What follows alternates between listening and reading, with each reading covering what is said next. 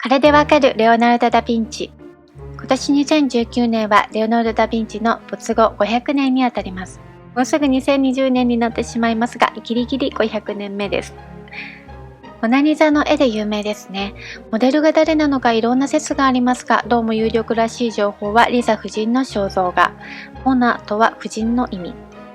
注文主の元に届かなかったのは完成していなかったから。スフマート法といって弓で輪郭線をぼやかしていく描き方なんですが、それでこの実際に目の前にいるような美しさになります。ただ、だいぶ時間がかかるようです。そして彼は完璧主義者で、なかなか作品が完成しないことで有名でした。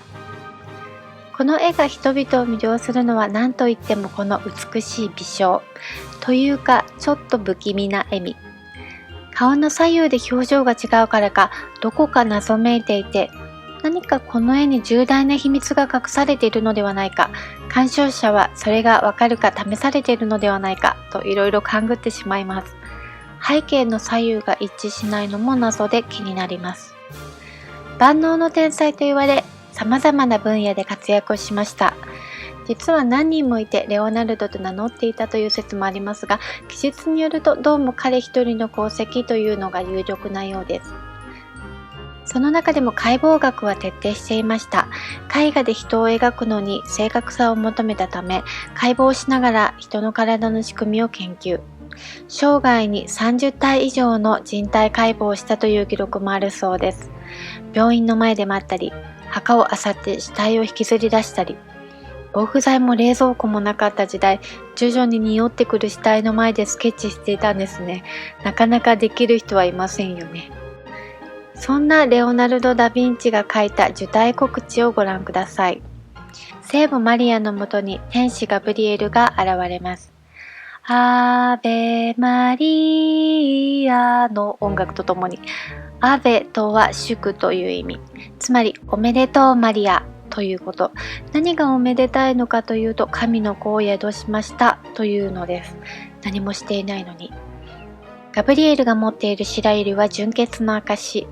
花はおしべとめしべの交配によって開花しますが、聖母マリアの純潔の象徴としておしべを省いて描くのが通例だったところ、彼はおしべを描きました。処女のまま妊娠という話を信じていなかったからでしょうか。彼は医学、人体学、解剖学と研究していた人、子供の生まれる仕組みも熟知していたはずです。異端とも言われるレオナルド。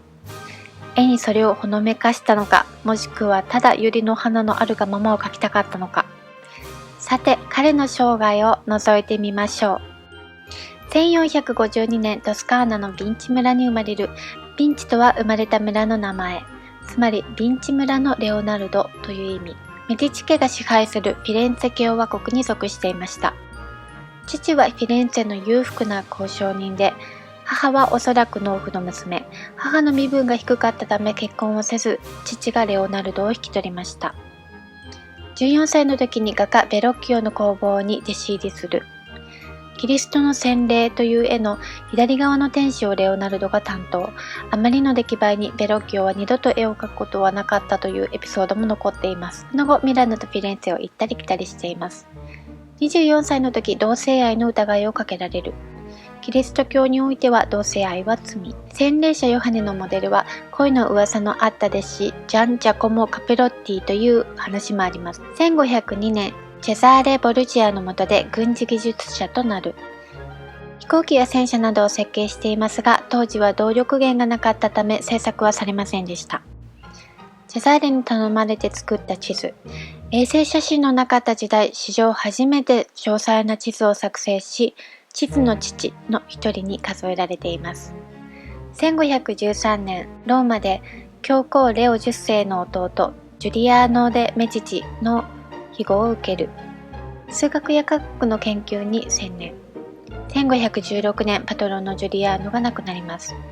同年、フランソワ一世に招かれ、フランソワの居城、アンボワーズ城の近くのクルーの館が邸宅として与えられ、フランスの宮廷画家になります。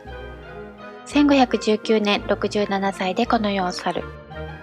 レオナルドが1490年代に描いた絵画作品の中で最も有名な作品は、ミラノのサンタマリア・デ・グラツェ修道院の食堂にある壁画最後の晩餐です。壁画制作で使われるフレスコ技法ではなく、卵の黄身などで描くテンペラ技法を用いたため、作品表面にはカビが生じ、顔料の剥離などを招いてしまいました。フレスコの場合、素早く一発で描かなくてはなりません。レオナルドはじっくり描く完璧主義者だったため、この方法を選んだのではないかと言われています。聖書の中でキリストが12人いる弟子たちの中に私を裏切ろうとしている者がいると予言した瞬間を描いた絵です。この中に様々なメッセージが込められていると言われています。キリストの隣にいる女性的な感じの人、ダヴィンチコードではこれはマグダラのマリアだなんて話がありましたが、そうすると人数が合わなくなってしまいます。おそらくヨハネだろうと言われています。ヨハネの隣にいるおっかない顔の人がペテロ。手にナイフが。今にも裏切り者を見つけて殺してしまいそうな形相。この手の形が不自然という話もあります。ただこの角度で持てないわけではないです。裏切り者とされるイスカリオテのユダ。密告した見返りの褒美の銀貨袋を握っています。でもこんなわかりやすくテーブルの上に出しているのか、この段階でもう褒美をもらっていたのかなどいろいろと疑問は浮かんできます。